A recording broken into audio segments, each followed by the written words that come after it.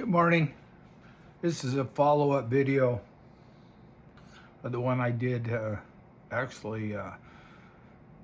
video I put out about the girl, or the woman now, who said when she was 13 years old,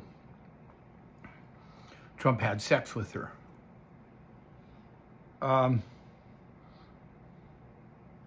Is that proof positive? No.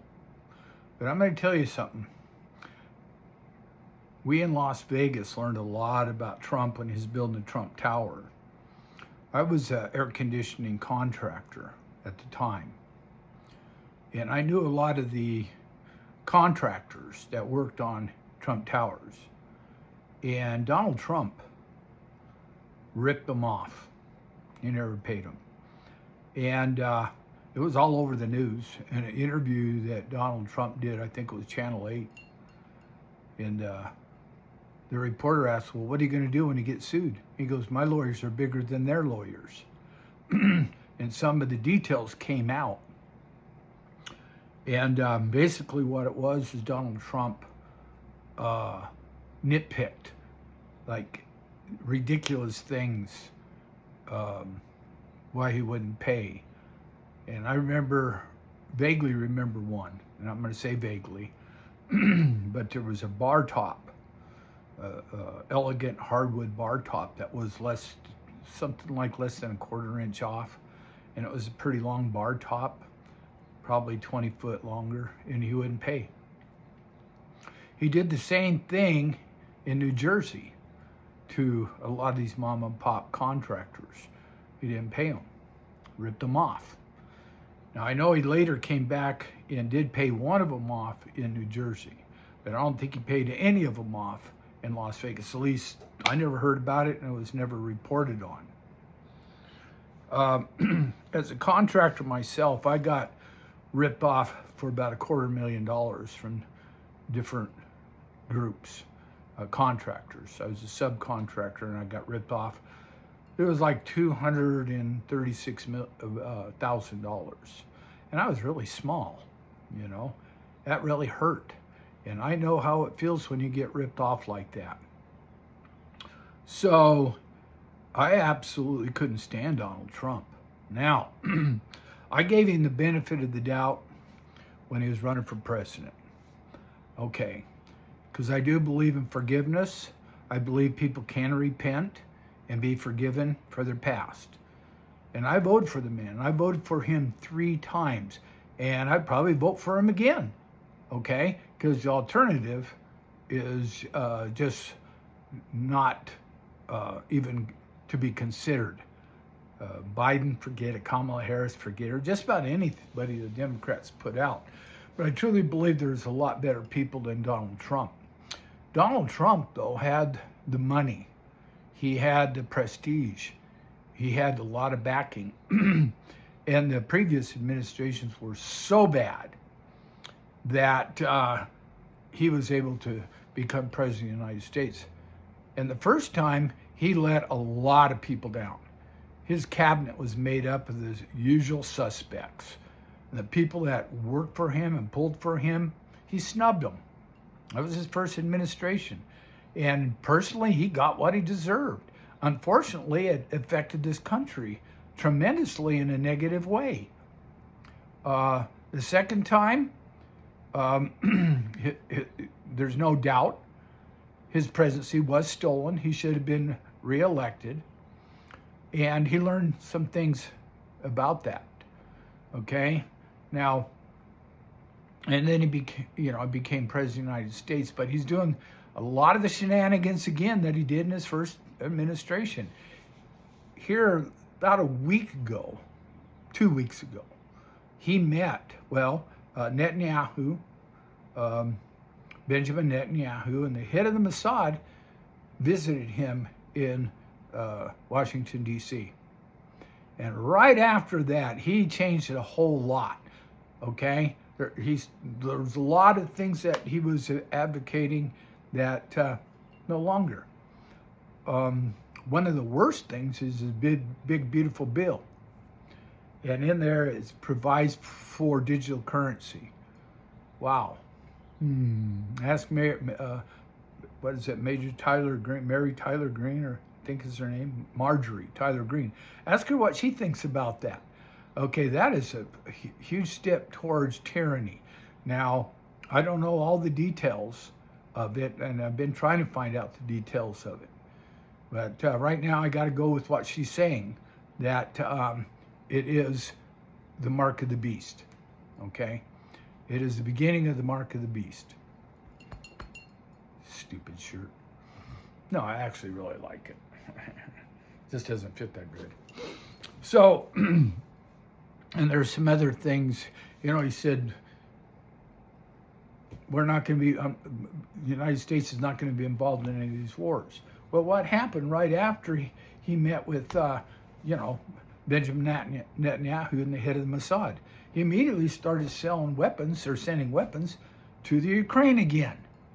And a lot of things he's reneged on. The Palestinians, he was going to try and get them set up with their own homeland, find other countries that take them in. You don't hear anything about that now.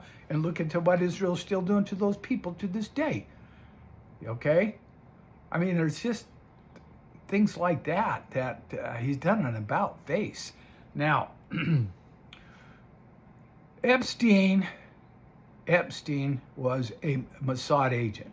I mean, that's pretty much common knowledge anymore, okay? And he worked directly with the CIA. And it's pretty much common knowledge the reason that Trump kicked him out of Mar-a-Lago is he was hitting on some of the women. Plus, it sounds like he was trying to blackmail Trump again, or trying to blackmail Trump. Okay, that's a certain amount of conjecture, speculation, all right? But when you start adding all this stuff up, especially lately, what happened to the Epstein files? What happened to all the videos? Now look at Dan Bongino. Dan Bongino's been hurt the worst out of this. This man had a great program. He was basically a millionaire, and he went to be second in command of the FBI. And everything that he talked about was being, Epstein files being shoved under the rug, nothing to see here. And he got on TV, videos, and an interview, and said there's nothing to be seen here. Yeah, he committed suicide. Everybody knows that's bullshit. Everybody does, okay? And Bongino's been hurt the worst out of this whole thing. He's lost a tremendous amount of his credibility. And you don't hear hardly anything from him at all anymore. He's between a rock and a hard place. He said he would resign. And I think he will resign. And I don't know what he's got to go back to with his show. What's he going to say on his show now? What is he going to say? He lost so much credibility. Okay? Kash Patel. Kash Patel's redirected himself quite a bit. One of the good things about all of this, though, is I think they're finally going to go after Obama, okay, Brennan, all those people that stole the election from Trump, in the past. I think they got to save face. They got to do something, okay? And but you don't hear anything about Epstein. So I think it is very, very obvious, just connecting the dots, that Trump has been compromised. And what he did to Pam Bondi in that that news, what the heck do you call them? News interview, when they have all the reporters there, the White House news interview. I mean, he shut Pam Bondi up. She wanted to talk about the Epstein files. She says she's ready for them. And what did Trump do? Oh, people are still talking about this? What a dumbass. Hell yeah, people are still talking about this. We want justice. We want justice for those little girls. And who knows how deep that goes. It goes really, really deep. when you understand the Mossad, and when you understand Netanyahu and how they've been involved in trafficking human beings for years, yeah, we want justice. We want to put an end to all this stuff, okay? And for him to say, you know what, he reminded me of Hillary Clinton. What does it matter now? Don't give us that crap, Trump. Don't give us that crap. That's why I put out that video on that little girl. Well, she's a woman now. I imagine it's happened over a decade or longer. And to me, she is credible. And they definitely got something on Trump. Absolutely, they got something on him. He has done about face. He's just not the same person. And Trump has always been a braggart, grandioso, braggart for many, many years now. He's not a humble man, not by any stretch of the imagination. He's not a humble man. And there's other things too that are really disturbing. I saw close-up pictures of his ear. I don't see no bullet hole in his ear. Okay, what's that all about? What happened to that investigation? The kid that they shot up there. Yeah, what the hell? That went nowhere. Nowhere at all. All his connections. What happened to his connections? What happened to the failure of the Secret Service and the FBI and the local police? They blamed it all on the local police, and that's bullshit. What happened there? There are just way too many things that do not add up. They just don't add up. I don't care what anybody says. They don't add up. And when I look at Trump's history and what he did in Las Vegas, Nevada, and what he did in New Jersey, that was a low-life scumbag that did all that stuff. A low-life scumbag. Okay? Does people change that much? You know, the old saying, leopard don't change the spots. I gave him the benefit of the doubt that he was a changed man. Now I just don't know anymore. I do not know anymore. And what you got to understand is Trump's he was worth, if I remember correctly, like $8 billion before Obama became president of the United States. And his net worth just started going down. It was less than half.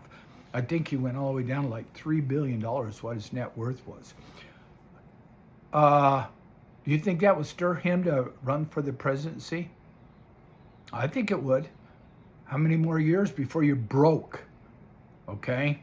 How many years would it take before he was totally broke and he had to file bankruptcy and then he just become an average person? Wouldn't take that. I think one more administration by the left and he would have been broke.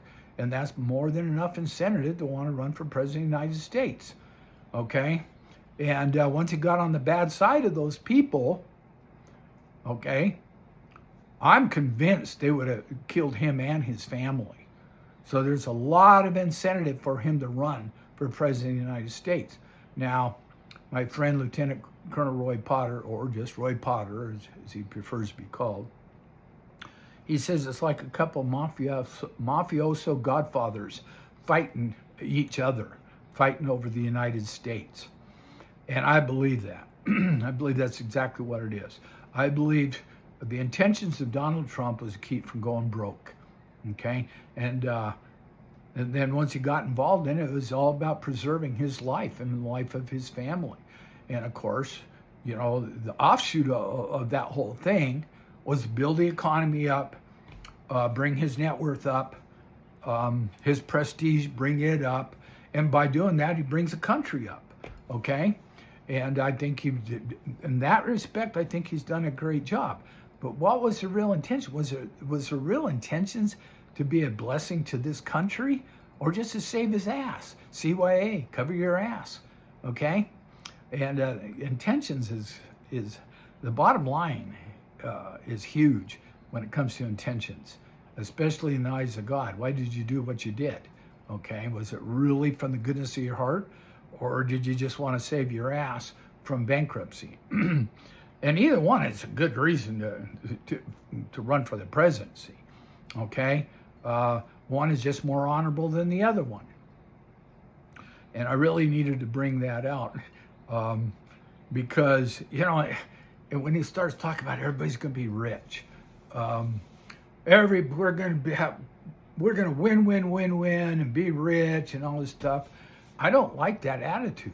It's not about becoming rich. It's about being an honorable human being. It's about being an honorable country and doing the right things, being an ensign to the world. That's what the United States, America was supposed to be an ensign to the world.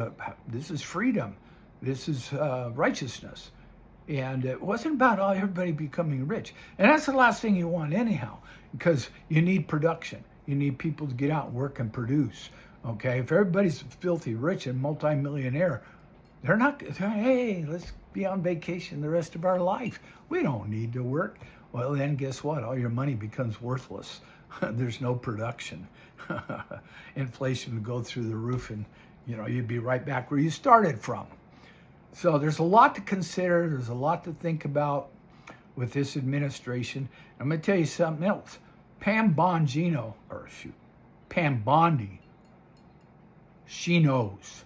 Guarantees she knows everything. She's seen it all. And Trump has taken her side over Dan Bongino and Kash Patel. He's taken her side. He's supporting her. Okay? And I believe it's just a matter of time. You can only hide that stuff for so long. And I believe it'll all come out. And I think you're going to be shocked. I just don't believe Trump is who you think he is.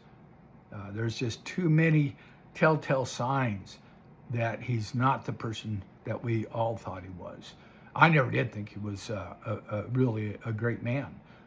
I think he was pampered. I think, he started off with money in the beginning, and I think he had help all along the way. I don't think he has ever really had to struggle. And his past history with his wives, that's not a good indication of a really good man. Okay, so I think it's important to get as much information out as you can so you won't be shocked. You won't be devastated when you find out all the skeletons he's got in his closet. And that's the reason I put that out about that she was a young girl at the time. And, I look at those pictures where he's got his daughter on his lap all the time, in a way that doesn't necessarily mean anything, but to me, it's just not kosher. It really isn't. Okay, over and out. I'll get this up as soon as possible.